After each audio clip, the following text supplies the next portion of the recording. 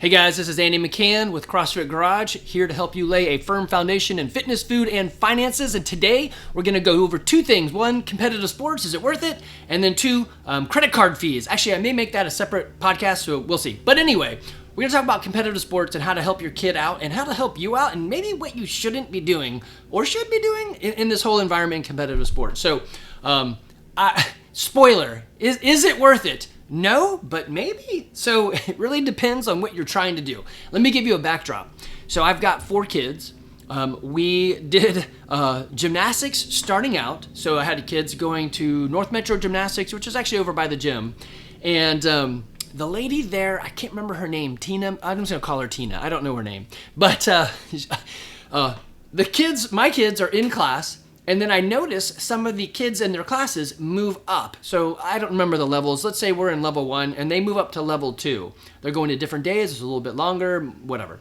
And so I asked Tina, I'm like, hey, I just noticed that everybody moved up, or almost everybody moved up, but there's a select group of kids that basically can't move very well, that are still in the same level. And so I asked her, I was like, is this something that I should be concerned with? Or, is this okay or right or whatever? And she said, Andy, your kids will never amount to anything in gymnastics. So if you're happy with them staying in level 1 or the easy one, that's great. We're going to teach them how to move, but they are not going to be competitive or performers. And I said, thank you. Now you may think, dude, that is harsh. I can't believe she said that. That is the best thing. A no is way better than a misleading yes or a maybe. Just tell me no. So she said, no, your kids aren't going to make it. They're not talented. I'm like, thank you for telling me and being honest with me and not just taking my money. I appreciate it. The answer is it saved me tons of time in that environment, right? And in a lie. And not that I wanted them to excel. I just didn't really know what was supposed to happen. I had never done gymnastics. I probably should have. I'm pretty, I can move in those weird ways. But, and I'm not very strong. So give me the circus tricks any day. Anyway, we then found soccer. So we played a lot at Cherokee Impact and then NASA and, SSA and Concord Fire. And anyway, so the kids moved around a bit and they played club sports. Is it worth playing club sports? It depends. First, I gotta say is if your goal is for your kids to live a life that you didn't live, then the answer is no, you're being a dumbass and stop pushing shit on your kids.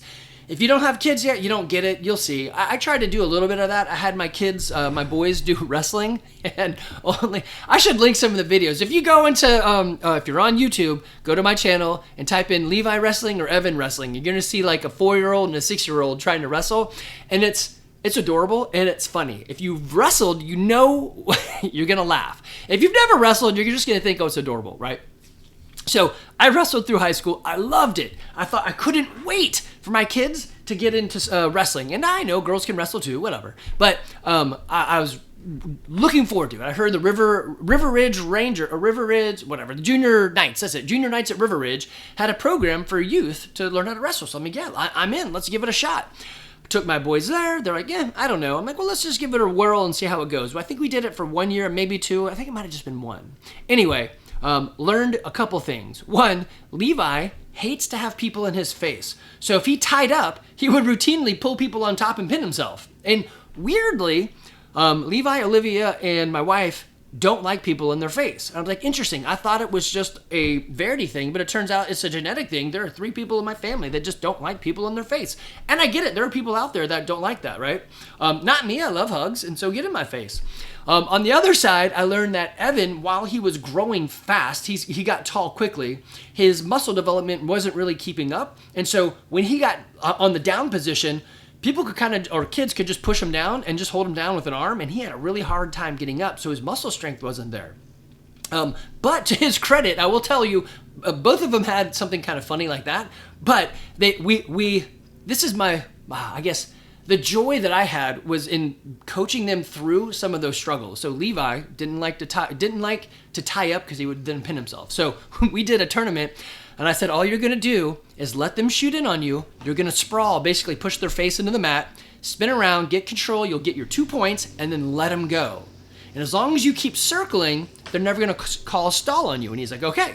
He ends up winning a tournament doing that. And all the other coaches, for the dad coaches, were looking at me like, seriously, dude? I'm like, whatever. He's going to win this crap because we learn how to fight his weakness.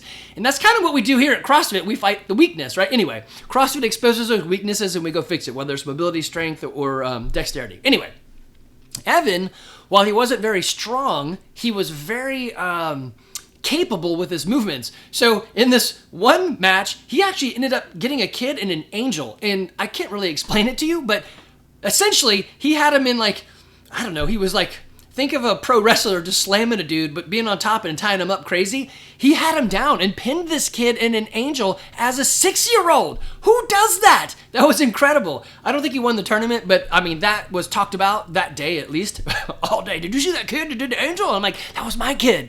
Anyway, it was pretty cool. Okay, so was it worth it? Yeah, it was worth it. We learned something. We did not stick with it. I learned, do not project my own sports enthusiasm onto my kids who probably could care less, right? So I'm gonna see if I can find the River Ridge, well, whatever, it's River Ridge Nights, you can look it up. Okay, so then we moved into soccer. We played a lot of Cherokee Impact. We were there for a long time. I ended up stepping in to do some coaching because I like to coach, and there was a spot, and I hate bringing problems without a solution. So I said, hey, there's an issue, and other parents are saying, hey, there's an issue, and they're like, well, what's your solution? I'm like, well, if you need an extra coach, I'm willing to go get licenses and learn it all and step in. And so I did. It was fun. It was good for me, and probably not the best when I coached my own kids' teams, but I think I treated them too unfairly. In my bid to be more fair, I ended up treating my own kid unfairly. So I actually had a parent come to me and say, hey, you need to stop pulling out your own kid to make the playtime even because your kid is really good. Leave your kid in there. And I'm like, oh, well, okay. So, yeah, I probably did him a little bit of damage. It was still fun. Anyway. Was it worth it? Yeah, we'll go down that road. I think here is the easy answer for you guys. If you think my kid's going pro, there's a combination of genetics and motivation that have to come together. And the way you can really tell is when parents are out there going, wow, look at that kid. That kid is phenomenal. A step above everybody. And everyone's talking about that one kid, whoever it is. Your team, their team, it doesn't matter. A whole different team in a tournament, whatever. If people are talking about that kid, then yes, that kid has a chance. If nobody's talking about your kid has no chance whatsoever. It's not going to happen. You are the only one that thinks your kid's the best. If you have to go to the coach and say, why isn't my kid playing more? They're the best on the team. Your kid is definitely not the best on the team, and stop bothering your coach. That is just mom and dad, that's parent talking. Having been there and seen it, it's a real thing. It's super bothersome. You have to find, well, one, I mean, why do you want your kids to go pro? Is it fame? Is it your ego, their ego? Is it money? The chances to make money are so small in pros based on the number of people who are trying to go do that. It'd be better for them just to get a college education and then go make money that way. Teach them to not spend money and to save, right? Okay, so the next one is I want to play D1 sports. I want them to go to UGA and be the most awesome, we're just going to keep with soccer because that's what I know, soccer player. I know it doesn't pay well, but whatever. They're going to get a scholarship. One, I would say, if you're in Georgia, you got Zell Miller and the Hope Scholarship. Teach them to do well and keep their grades up. They can even have on-level classes. It doesn't matter. They don't care if it's honors or AP or DE. It's just what's your GPA. And then go to college and get a degree that matters. Please do not get a dumbass degree like basket weaving. Get a degree that has money that'll be paid to you. Tell your kid that, right? Anyway, okay. So they get to go to school for mostly for free. Now, if you're thinking I can't even afford that and I need more help, then yeah, sure, sports. But I would pick a sport that maybe not as many people play. Like there are lady golf scholarships, or there could be frisbee golf scholarships. I don't know. I'm making that one up. Could be pickleball scholarships. I don't know. But I think I would also pick a sport if I was going to put a kid in it that has a lasting effect, like tennis. I mean, people still play tennis. People move tennis to pickleball, right? Nobody breaks out into a soccer game or a football game, not at 50. But pickleball, yeah. So pick something that maybe lasts. Now, scholarships can be a bit tough. You can do something like fencing and get a scholarship. Maybe slide towards the unique if you need the scholarship. But realize doing a college sport is a lot of work. You don't just get to go and be like, they get freebie. It's like having an extra 3 classes and a lot of demanding. And it changes what college is. It's not the same environment, which can be okay. And some kids need that. They need more structure. But just realize they're not going to get the same I don't know, experience, which again can be okay. So if they're not gonna go to a named school to go pro and all that, and then you're thinking, well, I'll just go to a lesser school. I don't know why. Why would you send your kid? I mean, do they really love playing? There's got to be an end to the sport eventually. I would say let them end on their own terms, not when the coach cuts them or they quit making teams because they fail out. I mean, let them talk about it. But again, that's me. And having 4 kids experience it. I'll give you their kind of journey, and I mean, maybe it'll resonate, maybe it won't. Okay, so for, I don't know, let me pick a school that would be, what's a school that's not really well known? Oglethorpe College. How about that? It's a nice college just up north of us. They've got a pretty good soccer team, but who knows them? I don't know. A lot of the impact coaches have actually came from Oglethorpe. I don't know anybody besides them that knows anything about it. So if you're going to go to Oglethorpe to play soccer, the future is very bleak. If you're going to get a degree from there in basket weaving, then you've doubled down on stupid, and I just think that's the wrong choice. Don't force your kids to do it. Now, if your kid loves it and they want to make a career of it, like what career are they going to make out of soccer? Being a club director, those jobs are few and far between.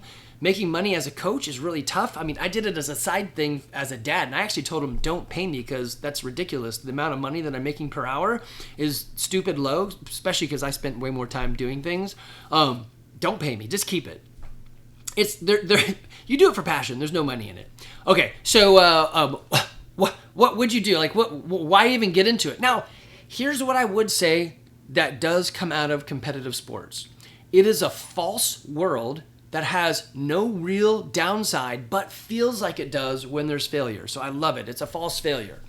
If I don't make the team, if I don't make tryouts, what happens? Absolutely nothing. You just don't make the team or whatever. Life goes on. But it's impactful. And what do your kids learn from that? This is what I would take out of those club sports. So Olivia goes to try out for club soccer. The entire team moved to another club. So there was 8 girls that showed up. It's a 7v7 for that age group. The coach said, hey, every one of you made it. Let's do this thing. So she had an easy time. Tryouts were no problem, whatever. Evan tried out multiple times, season after season, and the coaches kept cutting him. He worked his ass off to get the skills to be able to finally make the team, to eventually become one of the most valuable players on the team. Then Levi got cut as well. They're like, he's too fat and small and slow, and he's never going to amount to anything in soccer. Turns out, he says, you know what? Screw you. I am going to learn to juggle. He made the team eventually. And then he spent, was it the first season? It was just like nothing special. He was on like the C team, the worst team. Then he said, you know what, Dad? I'm going to prove them wrong. I'm going to learn to juggle because I hear that's good. And I've been telling kids forever, go juggle, it'll help you.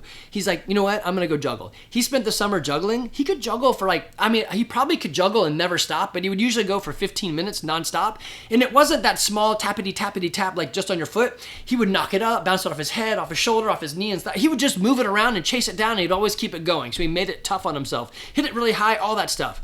He came back the next season, and I'm going to try to explain what he did. I wish I had a video of it, but he was near the penalty box. A kid passes it across the box. Well, they're kind of further out from the box, but anyway, near that. Passes it over to him. He sees the forward running into the goal. So he is facing the passer. It's coming at him. He catches it with his right foot, scoops it, swings it behind him in a kind of like a trapping passing scoop right to where the forward was running. The forward taps it in for a goal. And everyone was like, what the hell was that? It was phenomenal. And from that point on, they're like, what did he do? What happened? And they started noticing all this stuff he would do on the field. I was like, man, he just spent a whole summer. I mean, I used a joke from that movie, Central Intelligence, with The Rock and Kevin Hart. I said, it's easy. Anybody can do it. He just spent 8 hours a day, 7 days a week over the summer, 2 months, juggling. So they're like, yeah, my kid's not going to do that. So that was something phenomenal, right? He had that desire. Evie, same thing. She went through tryouts. She moved up in the team. She moved left. She moved right. She tried different clubs. Her claim to fame was she learned to juggle. And so they learned the thing was, if I really want it, I have to dive into it. So was it worth it? Man, I think the answer is yes. For my kids, that aspect of learning that lesson was worth it. Was it worth the amount of money I spent? Maybe not. So I had 4 kids playing club soccer. It's roughly $2,000 a year. and they played for about 10 years. So 8 times 10 times 2, that's $80,000 that I spent over the course of 20 years. The weird thing is what is it? I think it's Parkinson's law. You'll spend your money or the extra and you'll never notice it. You're going to eat everything on your plate, so your needs grow to consume what's available. And it did, and so I didn't notice spending the money. I do notice now that they're done, I've saved some of that money, right?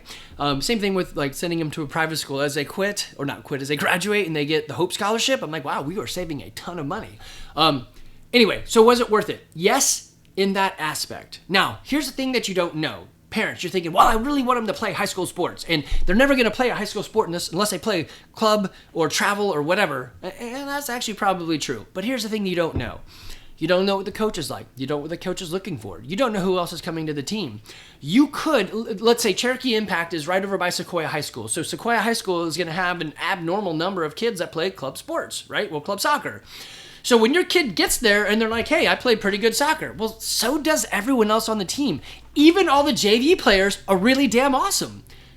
So are they going to play varsity? Are they going to play JV? I don't know. You may even find a coach. It's like Georgia Tech's football. We're going to do triple pitch. What the hell is that, and why are we doing it? And so they drop out of fame. In 1991, they won the ACC championship, and then nobody ever heard from him again. So you may have a coach that Cam, if you're listening to this, I can't believe I remembered that. But anyway, I am not a sports enthusiast. You don't know what the coach is going to be like. You may have a coach that just literally doesn't like your kid, and there's nothing you can do about it. I have heard from kids or parents that went to River Ridge. If a parent talks to the coach in any way, shape, or form, email, verbal, or anything, their kid is immediately ejected from the team.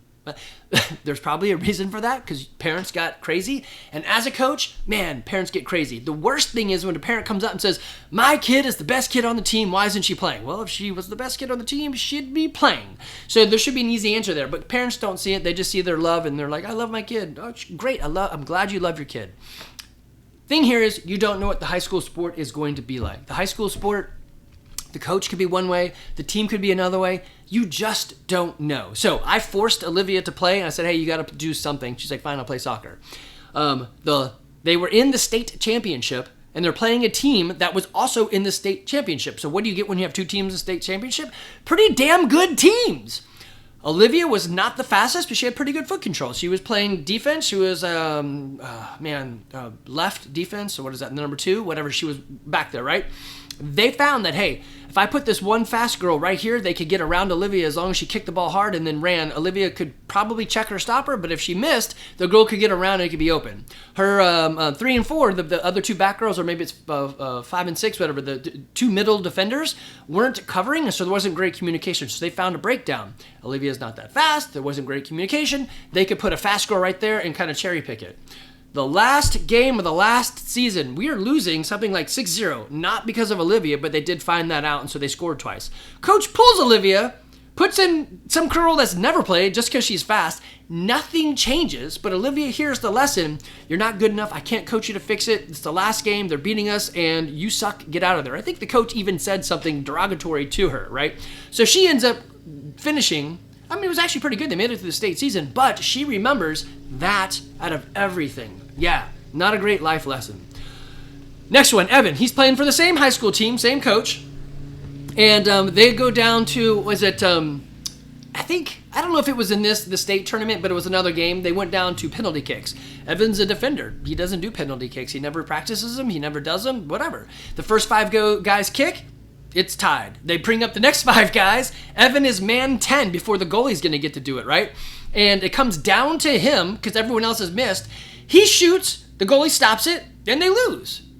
Is it his fault? I mean, no, there was 9 other guys that have a better chance of making it that didn't make it. So is it his fault? No, there was 90 minutes of a soccer game where anybody could have scored anything else, right? Was it his fault? No, and he walked away, and I love this. He said, Dad, I did the best I could. It just didn't work out. I don't think I could have done anything different. It sucks that it came down to that, but them's the breaks. I'm like, damn, that is mighty adult of you, and I don't think many of us adults would actually handle that like you did. Super proud of him. Super proud of my daughter for handling it too. She doesn't care anymore, but at the time it really hurt, but she learned a valuable lesson. Super proud of him for learning that lesson. Both of them had a similar experience with that coach. you think I would learn my lesson? Next kid is in the similar situation, playing for high school. They're playing. They play a lot. He has a large team and has JV, but doesn't ever play JV games and doesn't play the extra player. So 11 players play the whole time, and he would yell, hey, why are you so tired? You need to keep running. And we're like, how about use some of your subs? Anyway, Levi's out there in the state game. I can tell immediately that the other team is going to kick our ass because the guys, the subs on the side are all juggling the entire half. And then at halftime, he subs in the scrubs. I'm like, oh, damn, we're going to lose big. And everyone else was thinking, oh, he subbed in the scrubs. This is going to be easy. I'm like, now we're going to lose even worse because these kids are fresh and have something to prove. Sure enough, we lost big time. And there's the lawnmower because life is real. So the coach, afterwards, I asked Levi what happened. The coach said, I need you to hit that kid. He's like, Coach, I don't play hit. I play pass and finesse. Plus, I don't think hitting him is going to do anything. So he said, fine, you're out. I'm going to put in Bruno, the thug. So I watched, and I was like, let's see what Bruno does. Bruno tried to hit people, but he was too slow. He was very big, but they could just get out of his way. Never touched the ball once. It didn't change a damn thing about the game. We were losing, we were going to lose. Pulling Levi out and doing that was just like a coach trying to figure out how do I fix it, but then didn't fix anything. It was just horrible. It was a horrible way to end. Anyway, Evan gets accepted into UGA as a fall senior. His soccer season's coming up, and he's like, Dad, I'm already accepted into UGA. I don't really care for the coach or the team, and I'd rather hang out with my friends. I think I'm not going to do soccer. I'm like, well, let's end it on your own terms. Good job. Levi says the same thing. He's like, hey, it didn't really go the way I want. I got 3 years or 2 years, whatever it was, of high school soccer under my belt. I'm going to do something different. I'm like, okay, sounds good to me. He quit on his own terms. Evie, same thing. She's going to the same high school. We've learned our lesson. I'm like, we already know what's going to happen. They're going to take 27 kids for the varsity team, not have a JV, but say they will, and you'll travel all the way around doing these soccer games you don't get to play in because they don't play subs. So she said, you know what? I'm just going to do cross country. I'm like, all right, let's give it a shot. Sure enough, that's exactly what happened. She wasn't on the team. A bunch of people are upset and complaining, but whatever. Is it the coach's fault? Man, I don't know. I don't know what pressure he's under. Excuse me. I won't edit that out. That is life. That's coffee coming back up. He's under pressure to win. Coaches get paid to win, and so he wants to win. I can't fault him for trying. I would probably do stuff different or tell the parents, be more honest with them, but, I don't know. It's not my deal. I am not going to backseat coach the coach when I don't know all the pressure and circumstances are under, right? So it is what it is. We understood what it was. We made our choices. Here's the thing that I would say. Is it worth it? To go to college under soccer with a soccer scholarship, all that for my kids? No. To learn the lesson that is valuable for the rest of their life? I'm going to tell you yes. That is exactly what it is. I think that lesson is super valuable. Weirdly, we can make some translations into, hey, why do we do CrossFit? Well, CrossFit exposes your weaknesses, and your coach is there to help you grow those. Some coaches are different than others. I got an email from Kirby Branquillo, who moved to North Carolina. I love this. Many times when you're in a business, you catch complaints because people want it to be better and they love it and there's passion. And I'm okay with that. Give me the complaints. But also remember to thank, because we don't get many of those. It's usually only when someone leaves and they realize that something is different. So Kirby is up in North Carolina and he says, hey, I've been involved in a gym for about a year and it is not like what we had back then. You guys cared, you had compassion, you had community, you coached, all these things. He's like, I just don't get this here and I'm trying, but I don't get it. Kirby, thank you so much. We don't get very many letters of thank you. When we do, they're very heartfelt, and I know people think about it, but I'm guilty of it too.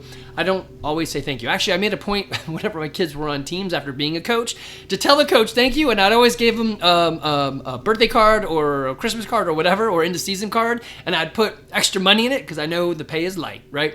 But I would always thank them because in this case, I really did know what it was like to coach those things. So I appreciate that, and I appreciate those responses back. The coaches are trying to build you up in a way that's communicative. So we're talking to you and lifting you up through the weakness. What are your weaknesses? I mean, there's a lot of guys with mobility issues. Yeah, we talk about that. Do we stretch? Yes.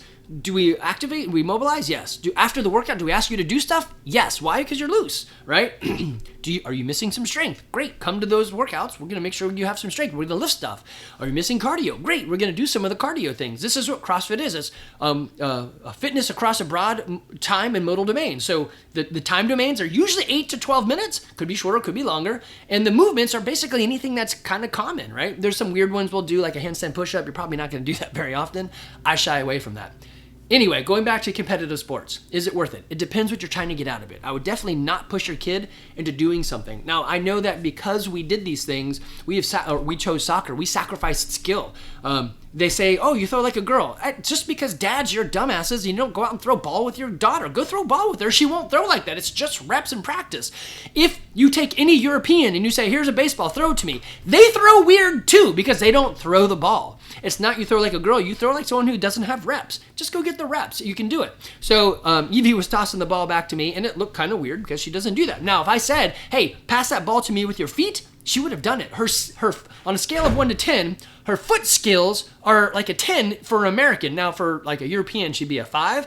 But her hand skills are like a 3 because we just didn't do that much. We didn't prioritize it. So what? That's just what we did. We chose and we sacrificed.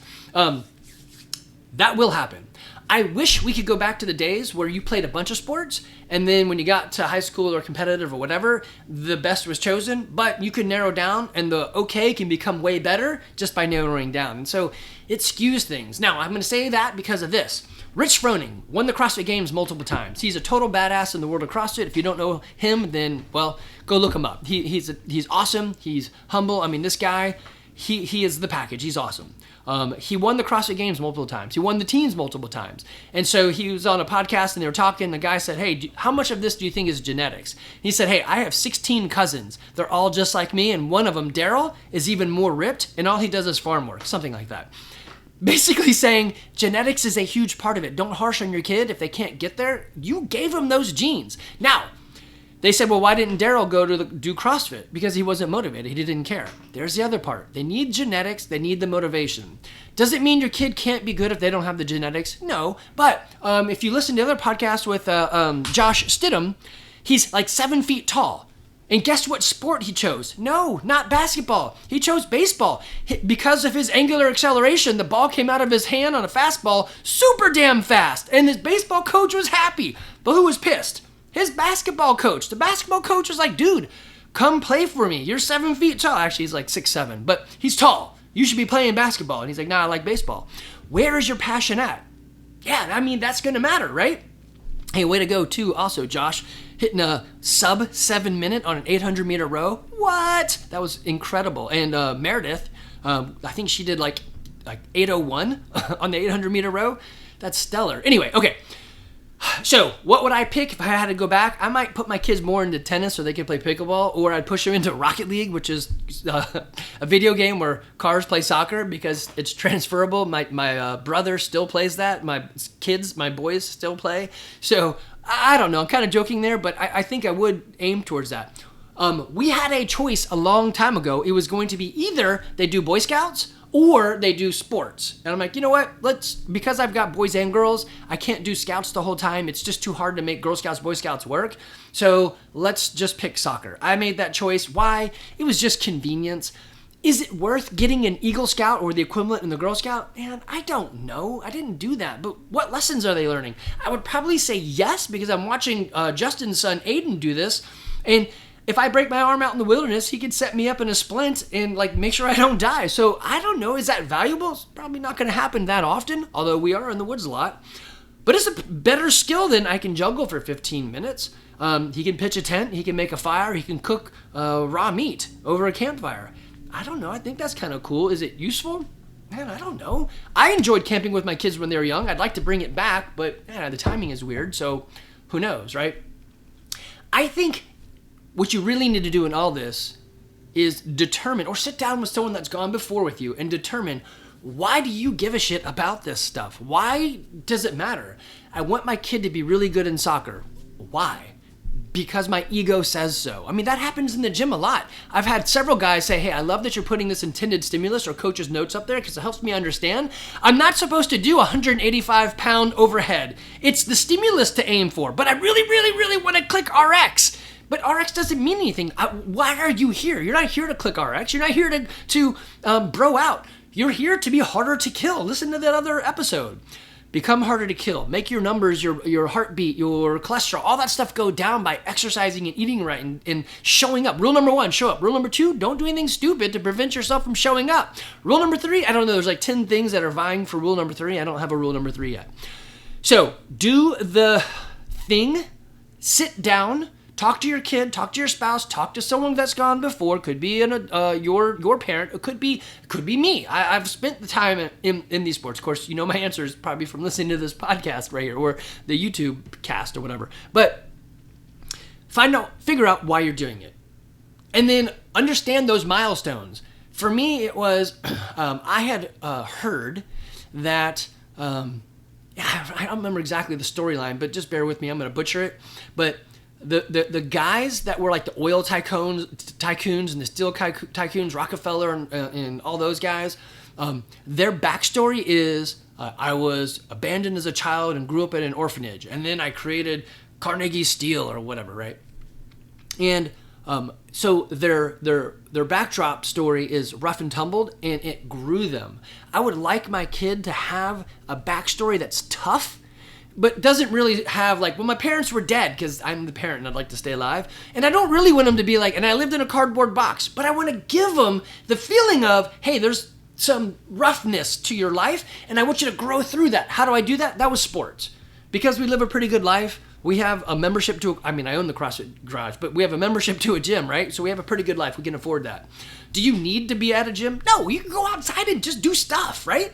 But I wanted them to have those lessons with a guide, kind of like what you're getting now, so that they could overcome. Now, the sad part was sometimes they chose, I don't want to overcome. As a 50-year-old man, I could say, I think I could help you with this, and I would do this. But that's what I would do. What would they do? Evan and Levi had a great conversation with me about the soccer team dynamics are not what I thought it would be. We're at a Christian school. I thought everyone would be more build you up, but it's actually more tear you down, and nobody's stopping it. I was like, why don't you step up and stop it? And they're like, because I just don't care. I'm like, okay, well, you don't care. They don't care. It's never going to end. What are you going to do? They're like, yeah, I think I'm just going to bail out. I've gotten out what I need to get out of it, and I'm done. I'm like, okay. They made a choice. I would love for them to have stood up and done something about it, but that's me. Why? Yes, I want to project success on them, but not at my path. Their path is different. And I'm only going to do it because I'm a 50-year-old man. I know that high school doesn't matter. And screw little Timmy if he's going to make fun of you or try to come after you. Whatever, right? Take him down. I guess in these days, nobody gets into fights like that anymore. But man, in the 80s, they came after you. Faces were going into pavement, right? Anyway, let them learn the lessons, but don't push them into your narrative, right? Let them have their own story. I do like the fact that sports gives that artificial hardness, right? But I don't think if you're looking to the future of my kid is the best of the best, he's going pro, I think you probably missed it. If you're not sure, man, I will come out to your kid's sporting event and I will give you an honest assessment. I've coached a lot of stuff. I can tell immediately, probably within the first 10 or 15 minutes of whatever game we're doing, if your kid is that kid. Probably just asking some parents, hey, is Mikey's kid Timmy the best? No. Mikey thinks he is. Yeah, Mikey's a dumbass. Okay, it's just you. I would be happy to tell you that. Pros, probably not going to happen. D1 sports, probably not going to happen. If you're looking for a scholarship, man, the Hope Scholarship. So I don't know if other states do these things. Hope and Zell Miller are fantastic. I think for UGA, I'm paying $1,500 for Evan to go to UGA in school fees. Now, there still is room and board, but that's for school. For Olivia, who's out of state, it's $15,000, totally different. So stay in state, use the Hope Scholarship.